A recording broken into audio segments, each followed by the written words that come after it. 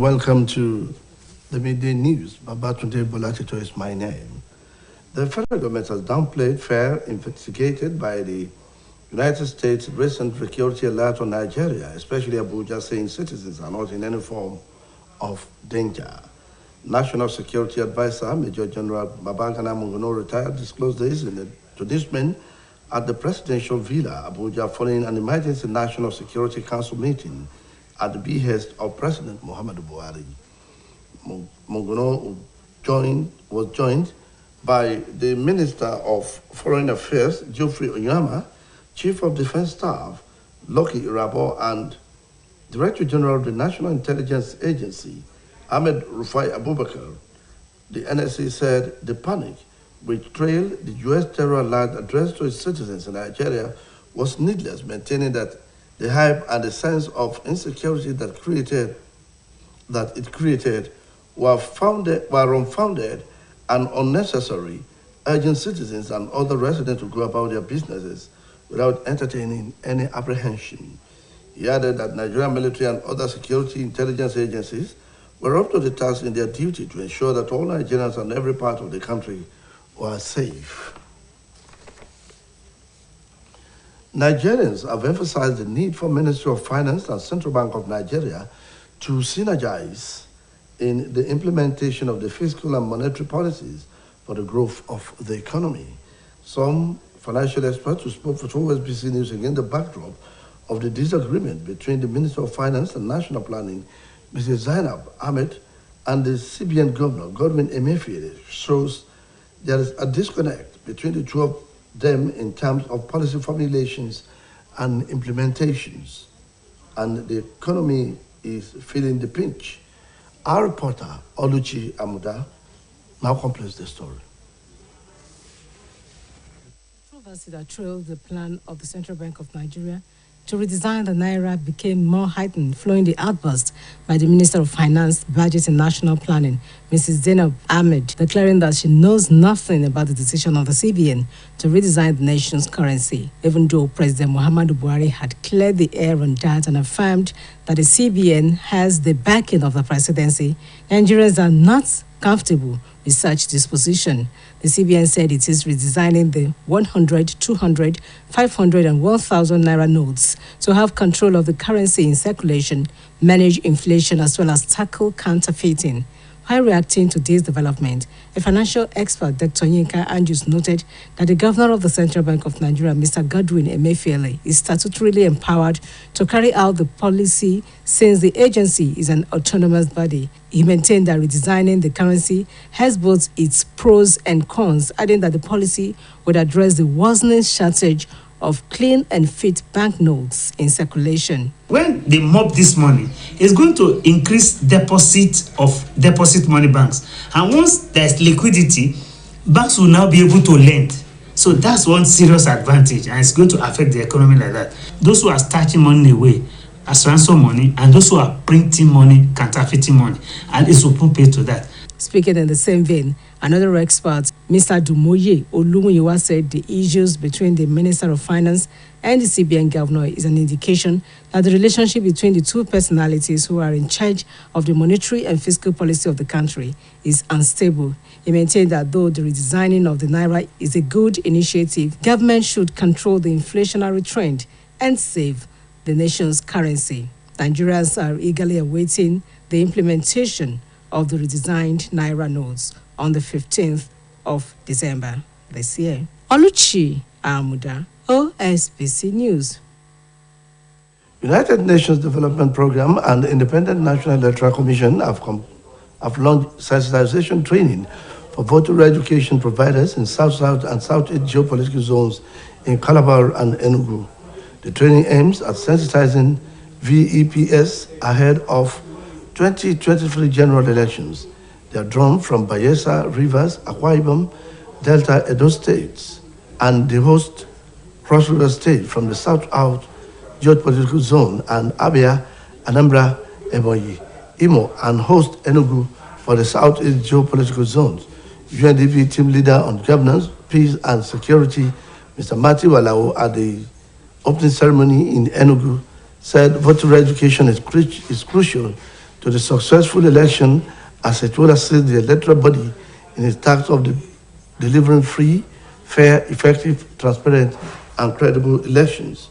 Allow said the step will help to cascade the basic voter rate information to the voting population at all governance levels, including ward levels in the country. The Lagos State Police Command has confirmed that it has invited the domestic staff of superstar singer Davido following the death of his 3-year-old son, Ifeanyi Adeleke. The command's spokesperson, Benjamin Hundeyin, made this known today after the report of Ifeanyi's death went viral. It was earlier reported that Ifeanyi died after drowning in the swimming pool in the Banana Island residence of the artist. He was said to be underwater for a very long time before being spotted. He was, however, rushed to the Evercare Hospital in Lagos but confirmed dead. The DMW boss and his finance, Chioma Rowland, were away from the house when the boy drowned in a pool at his father's house in Banana Island. Speaking on the unfortunate incident, the Lagos State Police PRO, Hundeyin, said preliminary investigation currently ongoing to unravel what led to the boy's death. He said domestic staff at Davido's house have been taken to the station to give their own account of what happened. Team Nigeria Paralympics have won 9 gold and 3 silver medals, totaling 12 medals at the just concluded African Open Championships in Cairo, Egypt. The country's athletes at the competition set 3 world and 2 African records in the competition that featured over 166 athletes with 104 male and 62 female from 27 countries. Nigeria's individual gold medalists at the championships are Roland Ezuruike, Esther Nwogu, Latifa Tijani, Kafilat Almaruf, Folashade Oluwafemiayo, Onyinyechi Gift, Mark, Loveline Obiji, and Bose Omolayo, while Bose Bijide, Lucky Ejike, Thomas, and others won medals.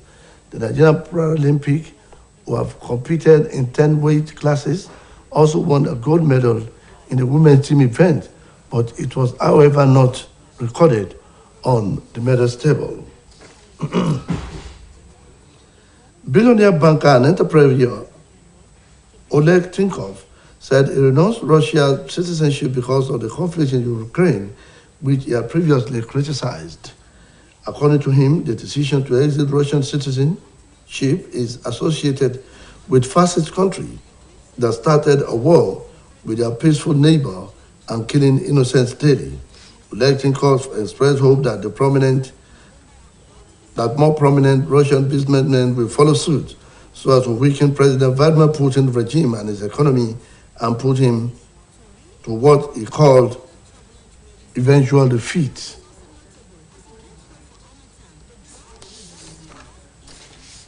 Ghana's president, Nana Akufo-Addo, has sought to reassure the country that the country's government can manage an economic crisis as it negotiates loan agreement with the International Monetary Fund. President Akufo-Addo is under pressure from his own lawmakers to fire his finance minister, urging Ghanaians to support his decision to reverse his position and seek an IMF loan.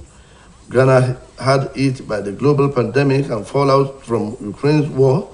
Ghana is seeking a $3 billion credit as the country faces 35% inflation, a sharp fall in the cedi currency, and a high debt service payment. The IMF has opened talks with Ghana over a deal, and Akufo-Addo said they expected to reach an agreement before the end of the year, saying this will give further credence to the measures. The president also promised to tighten measures to restore order in the foreign exchange market, such as controlling illegal operators as a way to support the cedi. That ends the midday news on OSBC TV. Please join us at 3 for the state news. Good afternoon.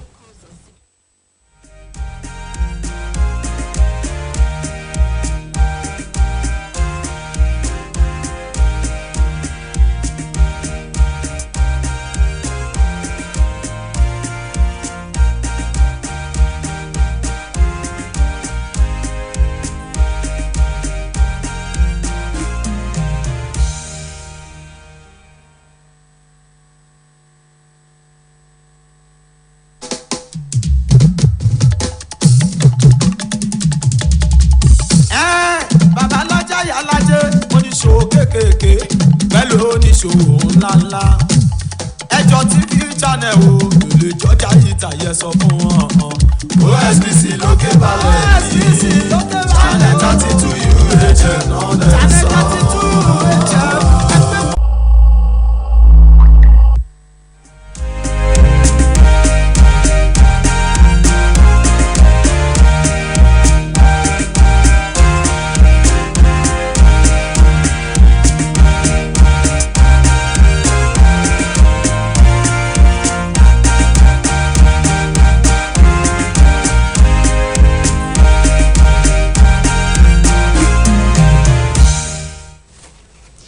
ẹ káàsán àkú iṣẹ́ látàárọ̀ ìròyìn ọjọ́ kan rí olúwarántí ọjọ́wùmí lóníròyìn. ìjọba àpapọ̀ ti sọ di mọ́mọ́ pé kò sí òótọ́ olóòkan nínú àhesọ ọ̀rọ̀ tí ilẹ̀ gẹ̀ẹ́sì àti orílẹ̀-èdè amẹ́ríkà ń sọ nípa ètò ààbò orílẹ̀-èdè yìí pàápàá jùlọ nílùú àbújá pẹ̀lú àlàyé pé kò sí ìbẹ̀rùbojo kankan kí àwọn ọmọ ilẹ̀ yóò má ṣe káyà sókè tó bí ilẹ̀ gẹ̀ẹ́sì tó ṣe ń sọ. Olùdámọ̀ràn pàtàkì fáàrẹ lórí ètò ààbò ajagunfẹ̀yìntì Babagana Momono ló sọ̀rọ̀ yìí di mímọ̀ fáwọn oníròyìn iléègbé ààrẹ l'Àbújá lẹ́yìn ìpàdé pàjáwìrì ìgbìmọ̀ tó wà fétò ààbò tá ààrẹ darí. Ajagunfẹ̀yìntì Momono ẹni tí ó darapọ̀ mọ́ mínísítà fọ́rọ̀ ilẹ̀ òkèèrè Geoffrey Onyema àti olórí ikọ̀ elétò ààbò lórílẹ̀‐èdè yìí ọ̀gágun Lucky Irabor tó fi mọ́ lórí àgbà ikọ̀ ọ̀tẹlẹ̀múyẹ́ Ahmed Rufai Abubakar. Òun ni ajagunfẹ̀yìntì Momono ti sọ pé ìròyìn nípa ètò ààbò pé àwọn onísùnmọ̀mí fẹ́ kọlu olúlẹ̀ yìí Àbújá tí ilẹ̀ Gẹ̀ẹ́sì àti ilẹ̀ Amẹ́ríkà tí wọ́n sọ ni kò ṣe eléyìí tó tọ̀nà tí wọ́n kàn fẹ́ máa fi dá ìpayà sọ́kàn àwọn orílẹ̀-èdè yìí. Ó wá rọ àwọn ọmọ ilẹ̀ Nàìjíríà àti gbogbo àwọn olùgbé inú rẹ̀ pé kí wọ́n máa bá iṣẹ́ òòjọ́ wọn lọ láìfòyà. Ó fi kún pé iléeṣẹ́ ológun ilẹ̀ yìí àti àwọn ikọ̀ aláàbò pẹ̀lú ikọ̀ ọ̀tẹlẹ̀múyẹ́ ti sọ́tò bí wọn tó yí dáadáa lọ́nà àti dènà ìkọlù yòówù tó bá fẹ́ wáyé ní gbogbo tìbútòrò orílẹ̀-èdè Nàìjíríà. Àwọn ọmọ orílẹ̀-èdè yìí ti sọ bó ṣe pàtàkì fún iléeṣẹ́ ètò ìṣúná àti báńkì àpapọ̀ ilẹ̀ yìí láti dìjọ ṣiṣẹ́ pọ̀ nídìí àmúṣe ọ̀kanòjọ̀kan ètò ìṣúná orílẹ̀-èdè yìí fún ìdàgbàsókè ètò ọrọ̀ ajé ilẹ̀ Nàìjíríà. Àwọn onímọ̀ nípa ètò ìṣúná tí wọ́n bá onílé iṣẹ́ OSBC sọ̀rọ̀ mẹ́nuba ìgbọ́ra-ẹniyé tó ń wáyé láàrin mínísítà fètò ìṣúná àti ààtò ìlú arábìnrin Zainab Ahmed pẹ̀lú ọ̀gá àgbà báńkì àpapọ̀ ilẹ̀ yìí ọ̀gbẹ́ni Godwin Emefiele tó fi hàn pé èdè àwọn méjèèjì kò yíra wọn lórí ètò ọrọ̀ ajé orílẹ̀-èdè yìí. Ọlùjì Àmùdá lẹ́kùnrẹ́rẹ́ ròyìn ẹ̀já gbọ́n tó ń bọ̀ láti ẹnu Mojíbọ́lá Káyọ̀dé Ọ̀kẹ́.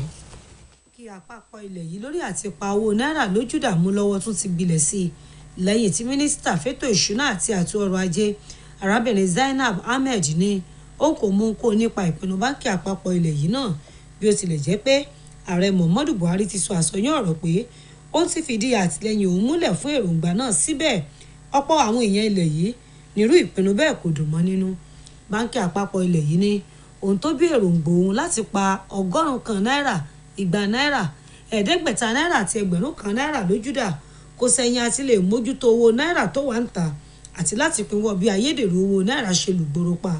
Nígbà tó ń sọ yàtọ̀ kọ sí èyí onímọ̀ nípa ètò ọrọ̀ ajé kan ọ̀mọ̀wé Yínká Njus tọ́ka sí pé adarí báńkì àpapọ̀ ilẹ̀ yìí ọ̀gbẹ́ni Godwin Emefiele lágbára lábẹ́ òfin láti gbé irú ìgbésẹ̀ bẹ́ẹ̀ níwọ̀n ìgbà tí báńkì náà lágbára lábẹ́ òfin láti dá dúró.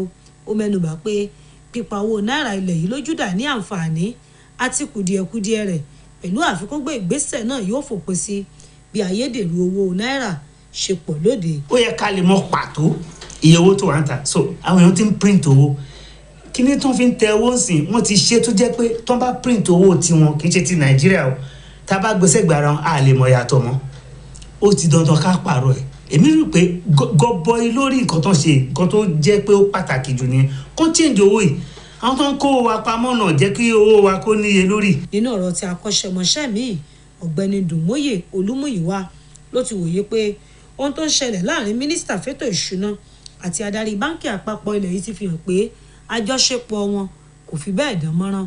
Ó tẹnumọ́ pé bó tilẹ̀ jẹ́ pé kò sí ohun tó burú nínú pípọ̀ owó náírà lójúdà ṣùgbọ́n ó ní kíjọba ṣiṣẹ́ lórí àwọn ọjà tó gbówó lórí gègé.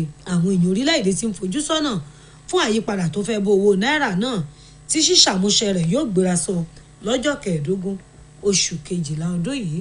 Mojíbọ́lá Káyọ̀dé Ọ̀kẹ́ fún iléeṣẹ́ OSBC. Àjọ UNDP àti àjọ elétò ìdìbò lórílẹ̀‐èdè ti bẹ̀rẹ̀ ìdánilẹ́kọ̀ọ́ láti máa la àwọn olùdìbò tó wà lápá gúúsù àti ìlà oòrùn gúúsù ilẹ̀ yìí lọ́yẹ̀ tí ìdánilẹ́kọ̀ọ́ náà sì wáyé ní Calabar àti Enugu.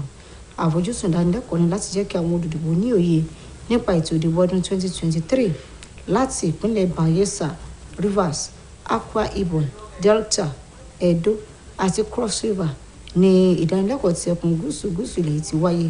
Tẹkùn ìlà oòrùn gúúsù sì ń wáyé ní síbítàsírí ìpínlẹ̀ Abia, Anambra, Ebonyi, Imo, Enugu tó ń gbàlejò ìdánilẹ́kọ̀ọ́ náà.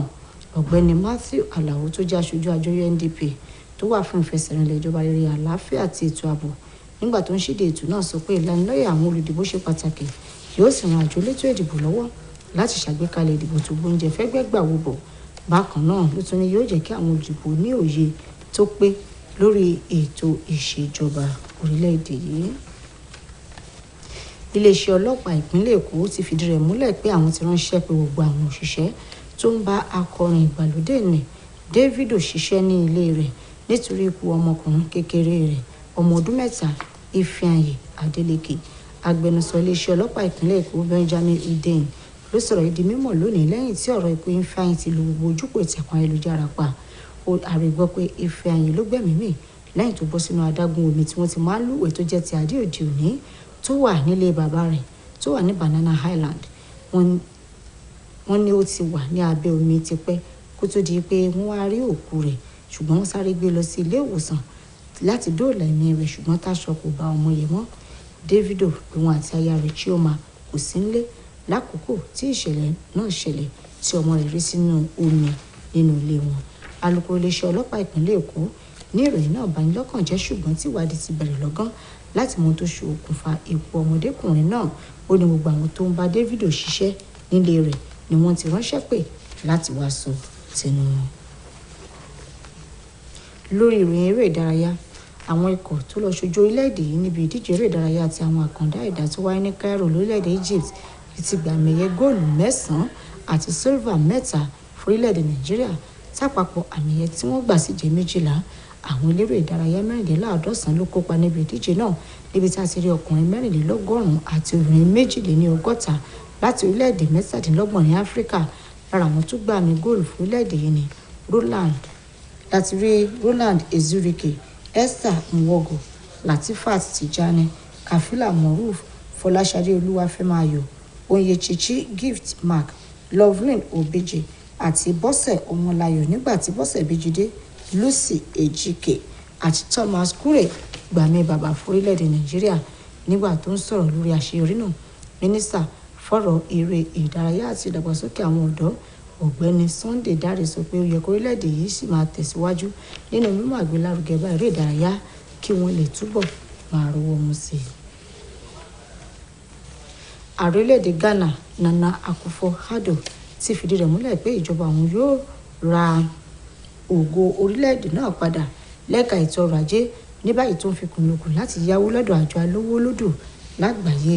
Ààrẹ Akufo-Addo làwọn aṣòfin nínú ẹgbẹ́ òṣèlú rẹ̀ ti ń dúnkòkò làjà mọ́ láti yẹ̀gá mọ́ mínísítà fẹ́tò ìṣúná tó sì rọ àwọn ọmọ orílẹ̀-èdè Ghana pé kí wọ́n ṣàtìlẹ́yìn fóun láti yín ìpinnu òun padà kó sì béèrè fún ètò ìyáwó láti ọ̀dọ̀ àjọ IMF.